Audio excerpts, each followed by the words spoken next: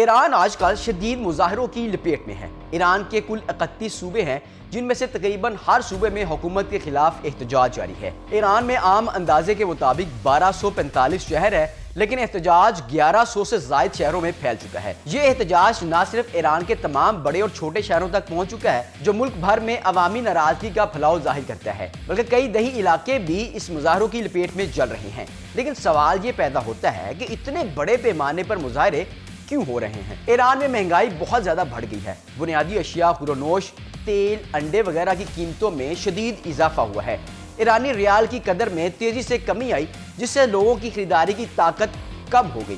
حکومت کی کچھ معاشی اصلاحات جیسے سبسڈی میں تبدیلی، سامان کی قیمتوں میں اضافے نے عوام میں ناراضگی بڑھا دی۔ احتجاج دسمبر 2025 کے آخر میں شروع ہوا اور تقریباً تمام بڑے شہروں اور صوبوں میں پھیل چکا ہے۔ اس دوران ہلاکتوں کی تعداد 30 سے زائد ہو چکی ہے اور ہزاروں افراد گرفتار کیے گئے ہیں۔ ایران کی سیکیورٹی فورسز اور مظاہرین کے درمیان جھڑپیں اور طاقت کا استعمال بھی بڑھ رہا ہے۔ آخر ایرانی عوام کا اتنا غصہ کیوں ہے؟ 2022-23 میں مہسا امینی کے قتل کے بعد بڑے ملک گیر احتجاج بھی شروع ہوئے، جو اب تک ایران میں عوامی ناراضگی کی وجہ بنے ہوئے ہیں۔ عوام میں نظام حکمرانی چیلنج کرنے کی آواز بلند ہو رہی ہے۔ خاص طور پر سپریم لیڈر اور جمہوریہ کے خلاف نعرے بھی سامنے آئے ہیں۔ یہ وہی مہسا امینی ہے جسے مبینہ طور پر ایران کی خواتین پولیس نے برقع نہ پہننے پر قتل کر دیا تھا۔ اس کے ساتھ ساتھ بڑھتی بے روزگاری، نوجوانوں کی بے چینی اور بڑی آبادی کے لیے بہتر مواقع نہ ہونا جیسے مسائل بھی مظاہروں کو تیز کر رہے ہیں۔ یہ مظاہرے صرف مہنگائی تک محدود نہیں ہیں۔ بڑھتی ہوئی عوامی ناراضگی ایک بڑے سیاسی بحران کی طرف اشارہ کرتی ہے۔ عوام میں یہ احساس بڑھا ہے کہ حکومت گرتے معیار زندگی کو مؤثر طریقے سے حل نہیں کر پا رہی۔ عوام بھی گرتی ہوئی آزادی اور بنیادی حقوق کے لیے آواز بلند کر رہے ہیں، چاہے وہ حجاب، آزادی اظہار یا سیاسی نظام کا مستقبل ہو۔ مظاہرے صرف اقتصادی نہیں بلکہ سیاسی مطالبات بھی سامنے لا رہے ہیں، جیسے حکومتی اصلاحات یا نظام میں تبدیلی، یا بالکل ایسی تبدیلی جیسی شاہ ایران کا تختہ الٹنے میں دیکھی گئی۔ ایران کا مستقبل کیا ہو سکتا ہے؟ کچھ تجزیہ کار کا خیال ہے کہ حکومت جنجلاہٹ کم کرنے کے لیے حد تک معاشی اصلاحات اور سیاسی کھلے پن فراہم کر سکتی ہے۔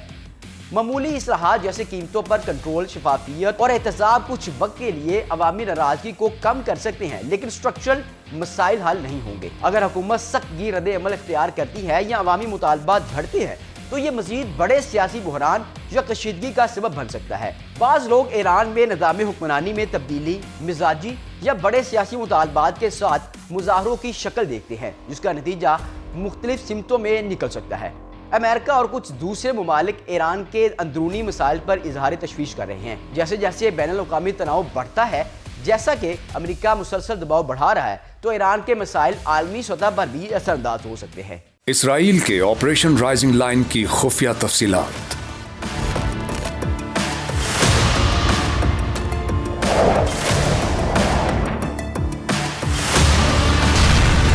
موساد نے ایران میں خفیہ اڈے کیسے بنائے؟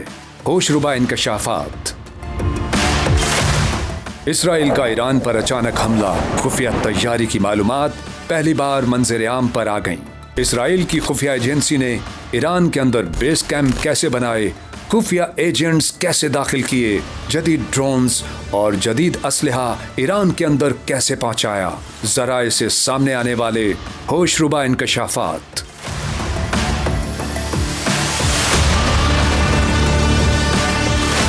امریکہ نے ایران کو نیوکلیئر پروگرام پر مذاکرات میں انگیج رکھ کر اسرائیلی فوج اور خفیہ ایجنسی موساد کو ایران پر بھرپور حملے کی تیاری کا موقع فراہم کیا۔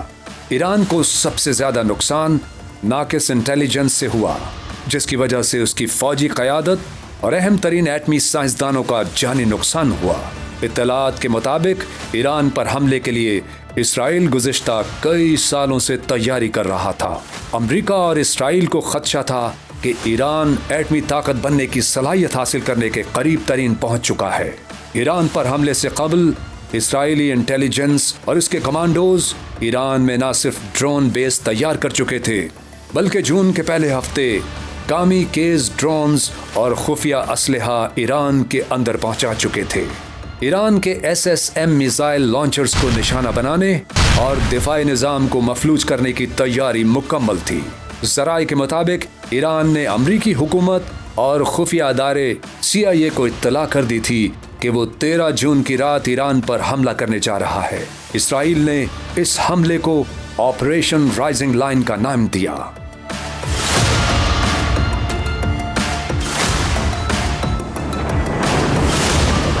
اس حملے کے لیے اسرائیل نے پہلی رات 200 طیارے استعمال کر کے 100 سے زیادہ اہداف کو نشانہ بنایا، جس میں فضائی دفاعی نظام، ballistic missile launchers, IRGC command points اور نیوکلیئر پلانٹس شامل تھے۔ یہ آپریشن اسرائیلی ایئر فورس اور موساد کی مشترکہ کارروائی تھی۔ موساد نے ایران کے خلاف اسے کامیاب ہائبرڈ وارفیئر قرار دیا۔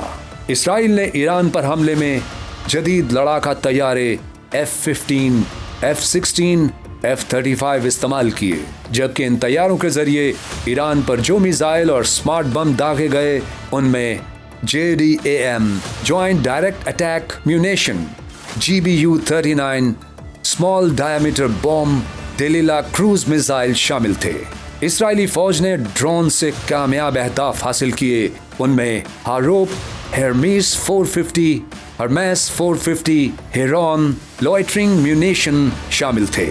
اس کے علاوہ ایران پر جدید سائبر اٹیک بھی کیا گیا۔ ذرائع کے مطابق اسرائیل نے ایران کے نیوکلیئر پروگرام پر سائبر وائرس اٹیک کیا، جو جدید ترین نظام سٹکس نیٹ کہلاتا ہے، اور خفیہ آلات کے ساتھ ایران کی فوجی قیادت اور ایٹمی سائنسدانوں پر حملے کیے۔ ہر فوجی لیڈر اور سائنسدان کی قیام گاہ پر ایجنٹوں نے خفیہ چپس رکھیں، جس کے سگنل سے اسرائیلی میزائلوں نے ہدف کو نشانہ بنایا۔ ذرائع کے مطابق اسرائیل کی خفیہ ایجنسی موساد نے سب سے پہلے ایران میں سمارٹ بمباری کرنے والے کوڈ کاپٹرز، ڈرونز اور دیگر خفیہ ہتھیار سمگل کیے۔ خفیہ اڈے ایران کے اندر قائم کیے، زیادہ تر بیس کیمپ ایران کے سرحدی علاقوں میں قائم کیے گئے، جہاں سے ایران کے ایئر ڈیفنس سسٹم اور میزائل لانچرز کو نشانہ بنا کر ایران کی دفاعی اور اٹیک کرنے کی طاقت کو پہلے کمزور کیا۔ اسرائیل نے S-300 defence battery system, air defence radar system اور بیلسٹک میزائل سٹور تباہ کرنے کا دعویٰ کیا۔ اسرائیل کے اس حملے میں ایران کے لیے سب سے تشویشناک بات یہ تھی کہ موساد نے ایران کی سرحد کے اندر خفیہ بیس قائم کیے، ڈرونز، جدید اسلحہ اور خفیہ ایجنٹس پہنچائے۔ اطلاعات کے مطابق اسرائیلی ایجنسی موساد نے امریکی ایجنسی CIA کے ساتھ مل کر سیکنڈ آپریشن کی تیاری مکمل کر رکھی ہے، مگر دوسرا فریق پر اعتماد ہے کہ نیوکلیئر پروگرام پر کوئی سمجھوتا نہیں کرے گا۔ امن پسند قوتیں کوشش کر رہی ہیں کہ اس خطے میں جنگ کے خطرات ختم کیے جائیں، ورنہ یہ جنگ دنیا کے کئی علاقوں کو اپنی لپیٹ میں لے لے گی۔